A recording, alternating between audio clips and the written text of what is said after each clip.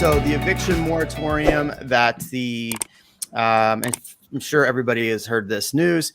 The eviction moratorium ban was lifted. The Supreme Court shot it down, and so basically it was the CDC's moratorium has been shot down. So which means that people are now facing eviction.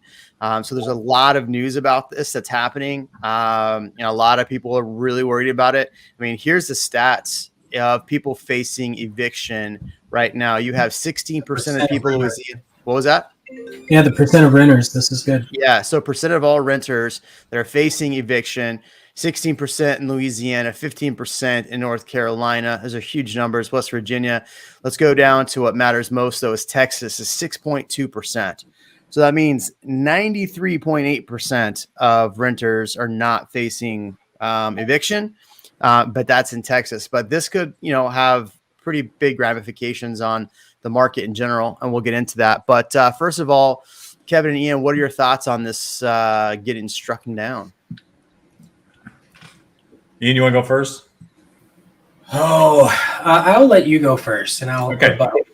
So, obviously, I think there's good and bads. Let's not pick this apart too much up front, because it was put in place for a very good reason.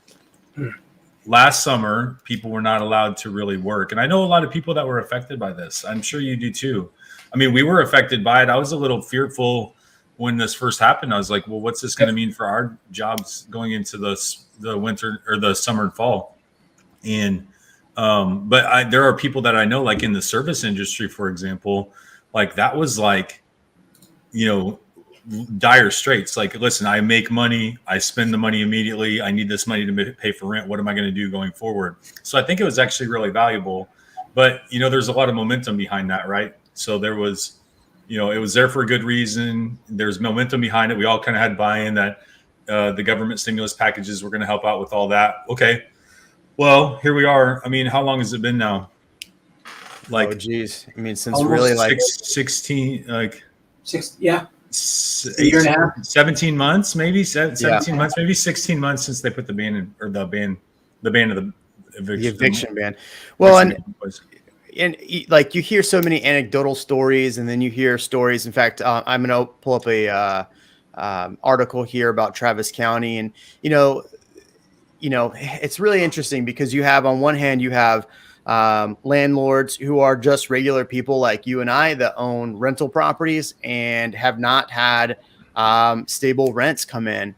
And then you have, on the other hand, you do have people that, let's say they're, the single mom that has to send their kid to school, but their kid was homeschooled and they can't work. So there's all these different ways to look at this. And, I feel like we're in a time where people finger point pretty heavily, but, yes. There's two sides to this coin, and both sides have, things that have happened. So, Ian, I want to get your take on it as well. I have a lot of curiosity about what I see in the comments going back and forth. Like, one of them is simply, who is the bad guy in the scenario in the minds of most people, right? Because you have the landlord that just needs to feed their family, but then you also have the renters that need to feed their family, and it becomes kind of a spiral of a conversation. But I have my thoughts, and I'm going to reserve them until the conversation gets a little deeper. Yeah. Dinosaur D says, how many weeks of rent are landlords potentially going to lose when evicting tenants, and then landlords buffer big enough to weigh the loss? I think really the thing is if people are up for eviction, there are people that haven't been paying for a while. There are a lot of those stories where people, one of the stories I read was pretty interesting.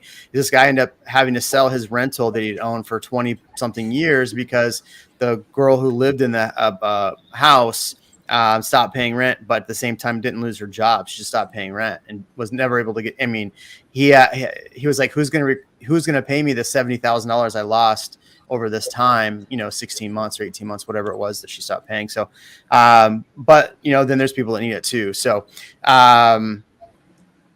let's talk about what this means though for the overall market. So, let's say 6%. Right now, leases are tough, right? It's tough to come by leases. So if, let's say, 6% of these rents, 6% of these people get evicted. What does that mean for the real estate market? And what does that mean for the rental market? And what does it mean for those people?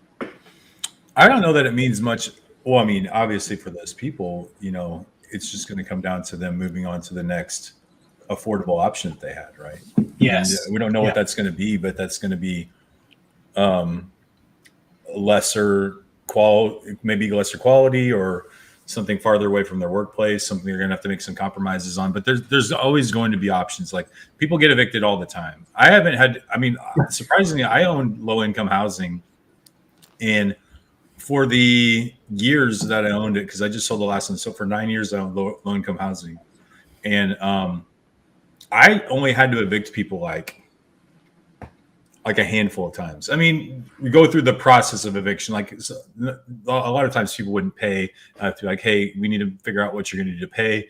And I would grace them as a landlord even then. I'd be like, listen, you're 3 months behind on rent. I understand it can be overwhelming to get to this point.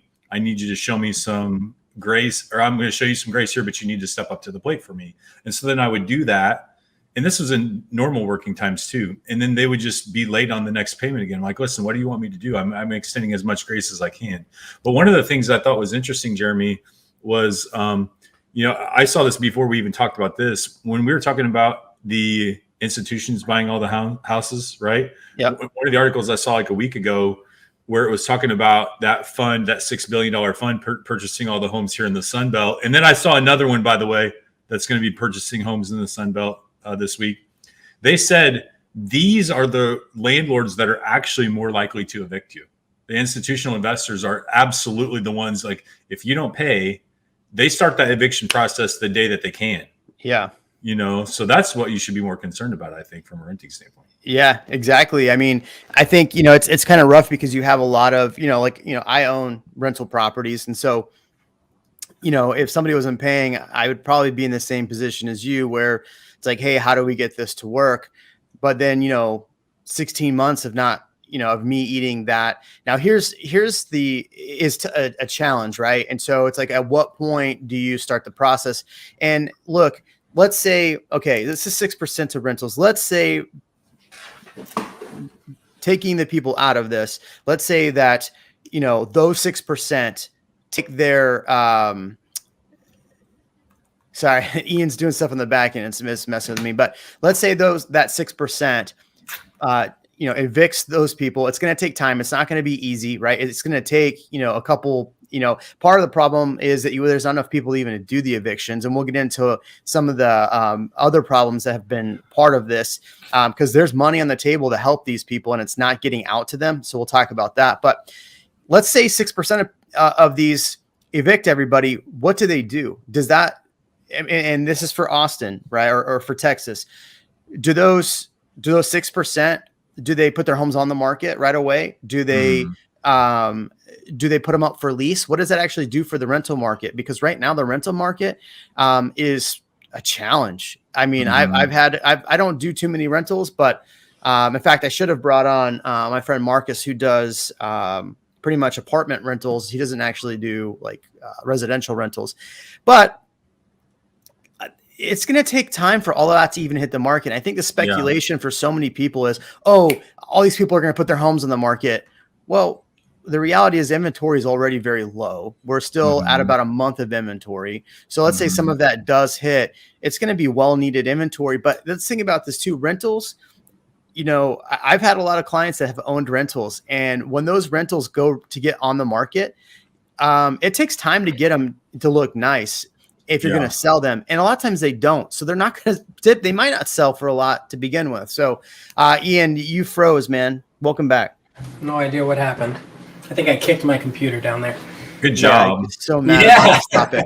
So mad about this topic. So any other final words? I'm going to talk about a few other things here, Ian, but any other insights on the moratorium being lifted or the ban being lifted? So I didn't hear what you were talking about. I was trying to pull it up on my phone as I was restarting, but here's what I remember reading a little bit earlier in the day. 22 million, this is across the United States, not just Texas, mom and pop landlords. We're talking about non-institutional investors.